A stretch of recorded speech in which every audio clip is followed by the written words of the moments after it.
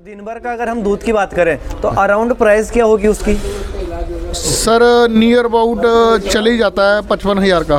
55,000 का जी प्रतिदिन का। हाँ जी प्रतिदिन जी। और उसमें से अगर हम खर्चा जोड़ें हाँ जी तो गायों के ऊपर कितने इन्वेस्ट होता है? किसान भाइयों नमस्कार, आप देख रहे हैं हमारा पशुधन। मेरा नाम है संदीप सिंह। आज हम आपको मिलाएंगे एक ऐसे सफल डेयरी फार्मर से जिनका लगभग 2 करोड़ रुपए का टर्नओवर है और इस फार्म का नाम है चहल फार्म्स। इस फार्म के ओनर हैं जितेंद्र सिंह जी, जिनका हम आज इंटरव्यू लेंगे और जानेंगे इनसे कि कैसे डेयरी फार्मिंग कर पा रहे हैं। दोस्तों, एक मॉडर्न तरीके से डेयरी फार्मिंग कर रहे हैं, तो चलिए इनका हम इंटरव्यू लेते हैं और अच्छी अच्छी बातें जानते हैं। हेलो जी वीर जी। हेलो सर, क्या नाम है आपका? मेरा नाम जितेंद्र सिंह चाहल। सत्येंद्र सिंह चहल। जितेंद्र सिंह नाम है। चाहल डेयरी फार्म के नाम पे हमारा फार्म है। डेयरी फार्म कहाँ आपका? विलेज राणवा हाँ, और डिस्ट्रिक्ट लुधियाना। डिस्ट्रिक्ट लुधियाना। हाँ जी। कितने एनिमल है आपके पास?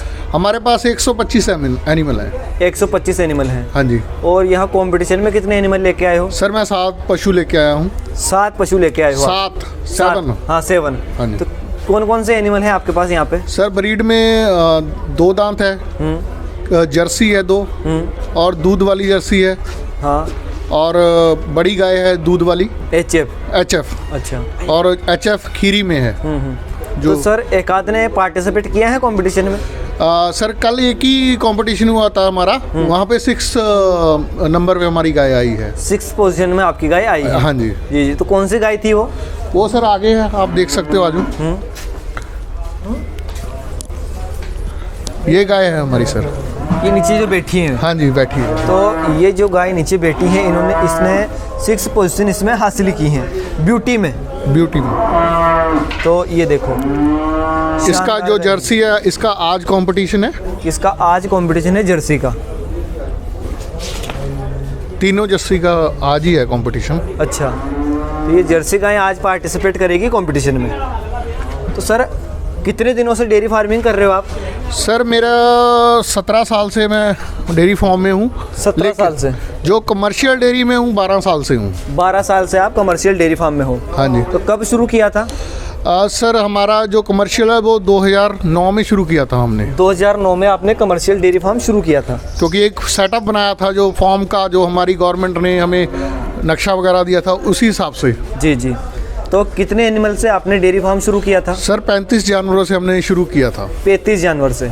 35। हाँ 35। 35 जानवर से आपने शुरू किया था? हाँ जी। तो एनिमल कहाँ से परचेस किए थे? सर जब हमने शुरू किया तो गाय का इतना क्रेज नहीं था और इतनी ब्रीड भी अच्छी नहीं थी जी। लेकिन हमने जैसे वर्ल्ड वाइड हो गया, CRI हो गया, ABS हो गया, उनके सीमन यूज़ कर करके हमने अपनी ब्रीड को किया है, तैयार किया है। जी जी। तो अभी कुल कितने पशु हैं? अभी हमारे पास 125 पशु हैं। 125 जी। तो एनिमल जो आपके पास है वो दूध कितने एनिमल कर रहे हैं? सर उसमें से हमारे इस साल 75 के करीब एनिमल हमारे दूध में आएंगे और 7-8 रिपीटर हैं जो पिछले साल के हैं और छोटी बछड़ी हैं और अभी भी हमारे पास 17 हीफर छोटी है। जी जी। और प्रतिदिन का अगर दूध हम देखें, हाँ जी, तो कितना दूध उत्पादन होता है आपके फार्म पे? सर अभी हमारे 42 जानवर मिल्किंग में हैं और हमारा 1500 हाँ अभी प्रोड्यूस हो रहा है। 500 लीटर? 1500 लीटर। 1500 लीटर। हाँ जी। जी जी। जो 1500 लीटर प्रतिदिन का दूध होता है। हाँ जी। तो जी दूध कहाँ पर सेल करते हो? सर अमूल में सेल करते हैं हम। अमूल में? हाँ जी। किस रेट में जाता है वो? सर 37-38 में चला जाता है। 37-38 रुपये लीटर में इनका दूध जाता है।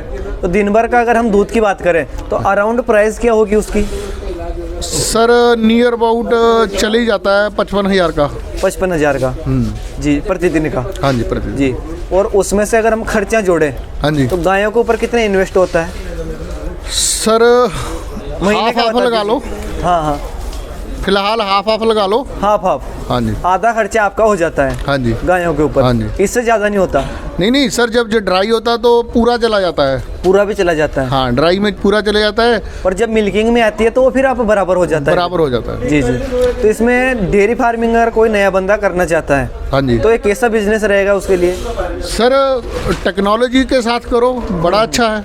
बड़ा अच्छा है। हाँ। तो टेक्नोलॉजी और ब्रीड पे करो काम तो बेनिफिट मिलेंगे आपको। बेनिफिट मिलेंगे। हाँ जी। तो जैसे कि अगर कोई नया पशु खरीदता है, हाँ जी। तो उसको किस किस बात की सावधानी रखनी चाहिए? सर पहले तो जो नया पशु खरीद रहा है उसको देखना चाहिए भी पंजाब हरियाणा में बड़ी अच्छी ब्रीड है, वहाँ से लें। जी जी। हम ये नहीं कहते भी पंजाब से ही लो। हाँ हाँ। जहाँ पर आपको पशु अच्छा मिलता है, जैसे जर्सी है हिमाचल से अच्छी मिलती है, पंजाब से भी अच्छी मिलती है, पर कॉस्टली होता है। हिमाचल से थोड़ा अच्छा मिल जाता है, सस्ता भी होता है। और एचएफ जो है वो एचएफ पंजाब में है, हरियाणा में। हाँ हाँ। तो दोस्तों इसकी बात ये है कि जो आप हमारे राज्य की अगर बात करें, मैं मध्य प्रदेश से हूँ, तो हमारे वहाँ पर जो ओरिजिनल ब्रीड नहीं मिलती है। तो अगर आप ब्रीडिंग पर काम करना चाहते हैं तो आपको सबसे पहले 1-2 गाय अच्छी ब्रीड की खरीदनी होगी, तब जाके आप अच्छा सीमन यूज़ करके, ये एबीएस का है या फिर वर्ल्ड वाइड का है, तो उससे आप अपने घर पर ही पशु तैयार कर सकते हैं। तो सबसे पहले आपको अच्छी ब्रीड चुननी चाहिए। सर ब्रीड भी चुननी चाहिए और आपके पास अच्छा न्यूट्रिशन होना चाहिए। न्यूट्रिशन है कि फीड मैनेजमेंट होना चाहिए। फीड मैनेजमेंट होना चाहिए और साइलेज मैनेजमेंट होना चाहिए। साइलेज जरूरी है एचएफ गायों के लिए, साइलेज जरूरी है। जी जी। हमारे पास से काफ़ी लोग अनदर स्टेट से गाय लेके जाते हैं, वो बोलते हैं आपने इतना बोला था, इतना नहीं निकला। हाँ। तो उसमें न्यूट्रिशन की कमी के कारण ही वो नहीं निकाल पा रही। जी जी।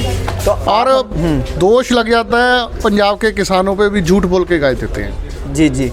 तो अगर कोई बंदा डेयरी फार्म शुरू करता है तो जहाँ से भी गाय ले वो दूध निकाल कर ले। हाँ निकाल। हाँ, 2 टाइम आप अपने हिसाब से दूध निकालें, उसके बाद ही आप पशु खरीदें। और फिर उनका कोई जवाबदारी नहीं होता है, क्योंकि पशुओं की कोई गारंटी नहीं होती है कि भाई आपने यहाँ से लिया है तो आप वापस कर दें, क्योंकि उनका भी पैसा उसमें लगता है। उन्होंने इतने दिन तैयार किया है और अगर आप पशु उनका बिगाड़ कर वापस करते हैं तो वो कोई बात नहीं होती है। तो आप दूध निकाल कर पशु लें और उनको पूछें, उनको देखें 2-3 दिन वहीं रह के कि वो क्या खिला रहे हैं, क्या पिला रहे हैं उनको, तो उसी हिसाब से आप उनकी डाइट रखें। और डाइट एकदम से चेंज ना करें, उसको धीरे धीरे आप बदलाव करें। तो हाँ जी सर। हाँ, तो आपका जो डेयरी है वो किस प्रकार का आप उनको न्यूट्रिशन देते हैं? सर उसमें अलग अलग से देते हैं। काफ को अलग होता है, हीफर को अलग होता है, ड्राई को अलग होता है, ट्रांजिशन को अलग होता है, कम दूध वाली को अलग होता है, और जो ज़्यादा दूध वाली है उसको होर होता है। और होता है। तो अगर आपके पास ज़्यादातर दूध देने वाली जो गाय, मैक्सिमम कितने दूध की हैं गाय हैं आपके पास? हमारे सर मैक्सिमम 35 से लेके 45 लीटर तक की गाय है। मतलब 2-4 गाय होती हैं जो 50 से प्लस जाती हैं। 2-4 गाय 50 से प्लस की हैं। हाँ, वो फार्म पे ऐसा ही होता है सब कुछ। तो मैक्सिमम जो गाय ना आप तक दूध दिया है वो कितना दूध है? 60 लीटर। 60 लीटर हाँ। प्रतिदिन का? हाँ जी। तो जो 60 लीटर की जो भैंस है, गाय है, हाँ, उसको क्या डाइट देते हैं आप दिन भर की अगर बात करें? सर उसमें 30 किलो साइलेज होता है जी। 1 किलो तूड़ी होता है और 12 केजी फीड होता है। 12 केजी फीड होता है। तो फीड मैनेजमेंट आप कैसे करते हैं? सर फीड मैनेजमेंट ऐसे करते हैं कि जो तो बड़ा गाय फार्मर है और वो मतलब अपने यहाँ पर मिल अच्छी हैं, वहाँ से न्यूट्रिशन से फार्मूलेशन लेके वो बना लेता है।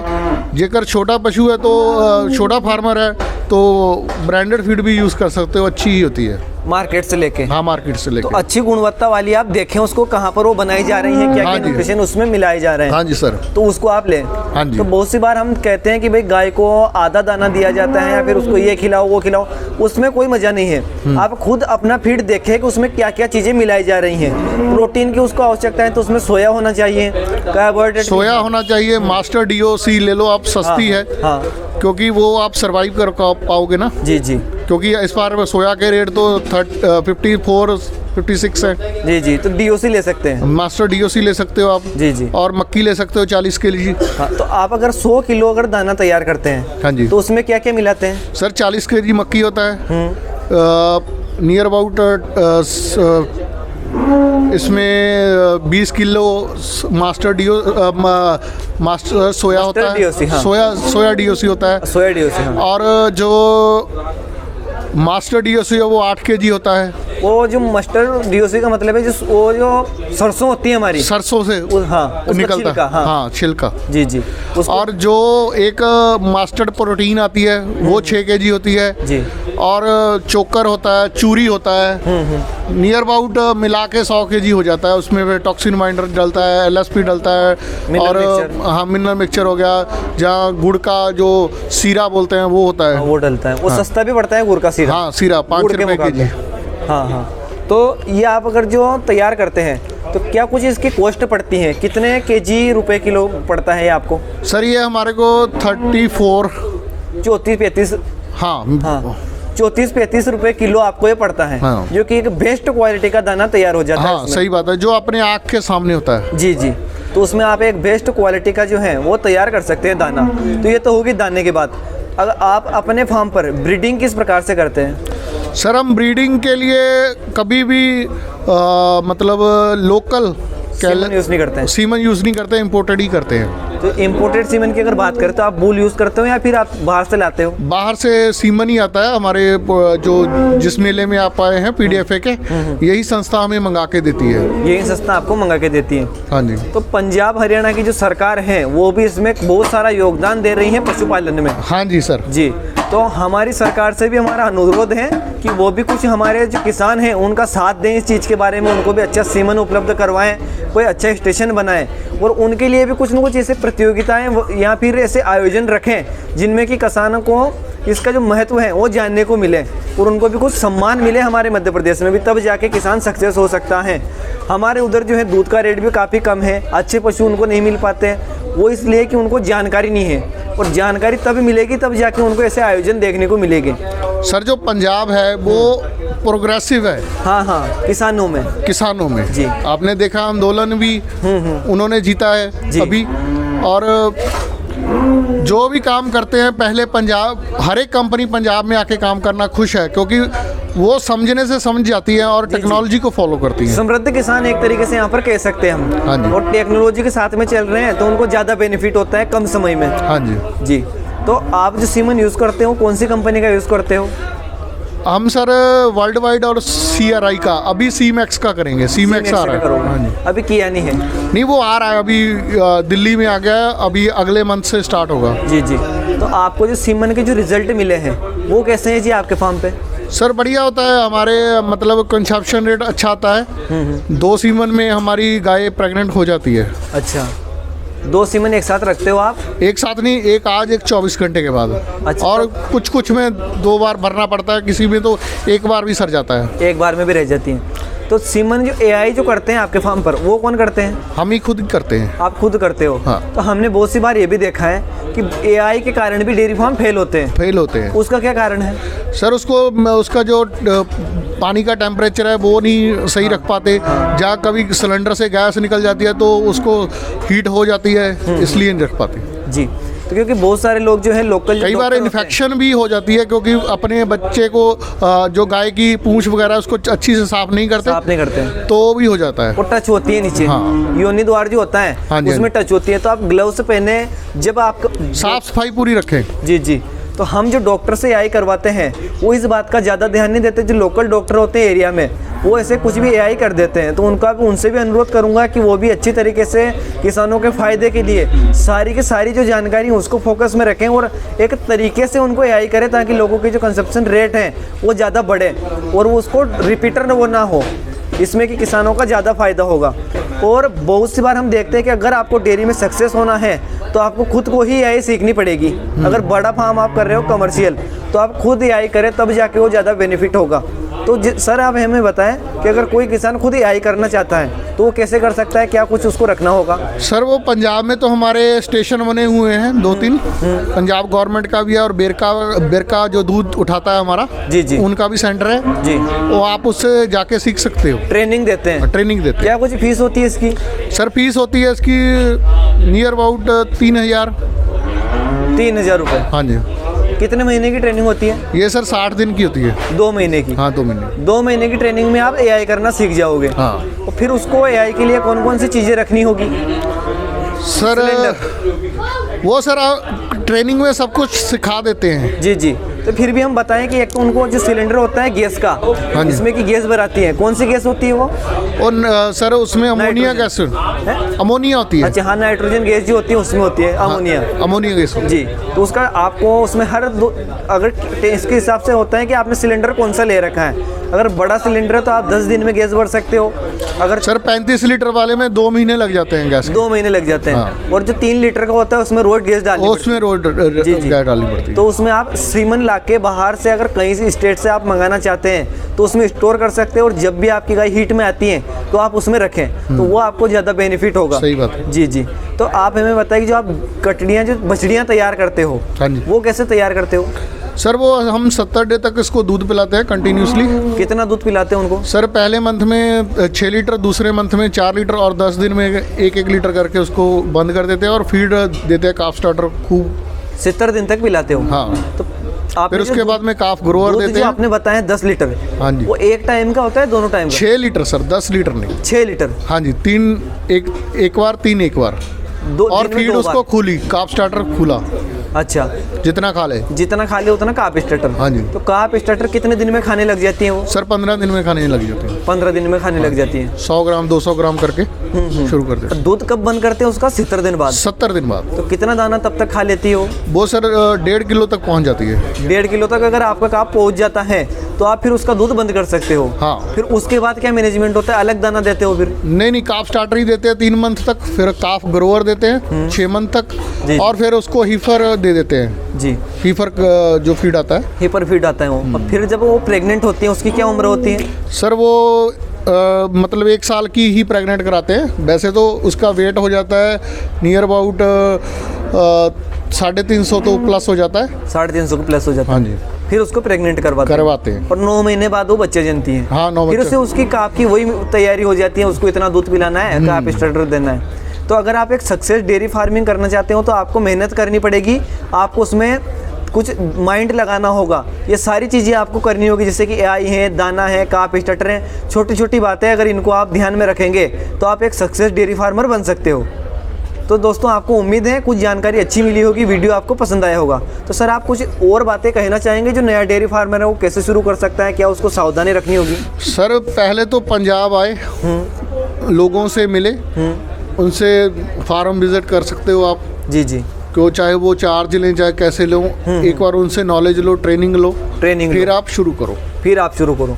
क्योंकि पहले ही पैसा खर्च के वहाँ पर जाके जानवर खराब होगा तो आपका पैसे का लॉस होगा। पैसे का लॉस हो जाएगा। सबसे पहले आप डेयरी पर जा के देखें, आपके आसपास जो भी डेयरी अगर नहीं है तो आप दूसरे स्टेट में जाएं, पर डेयरी फार्म आपको देखना बहुत ज़्यादा ज़रूरी होता है, तब जाके आप इससे सही नॉलेज ले सकते हो। तो ठीक है जी, बहुत अच्छी जानकारी आपसे मिली, थैंक यू। तो दोस्तों उम्मीद है आप लोगों को वीडियो अच्छा लगा होगा, जानकारी आपको पसंद आई होगी। और एक बात और मैं आपको इम्पोर्टेंट बताना चाहता हूं, अगर आप डेयरी फार्मिंग से संबंधित अच्छी जानकारी लेना चाहते हैं तो इनका खुद का एक यूट्यूब चैनल है चहल फार्म के नाम से, उसका लिंक आपको डिस्क्रिप्शन में मिल जाएगा, जो कि आप उसको भी ज़रूर से सब्सक्राइब करें।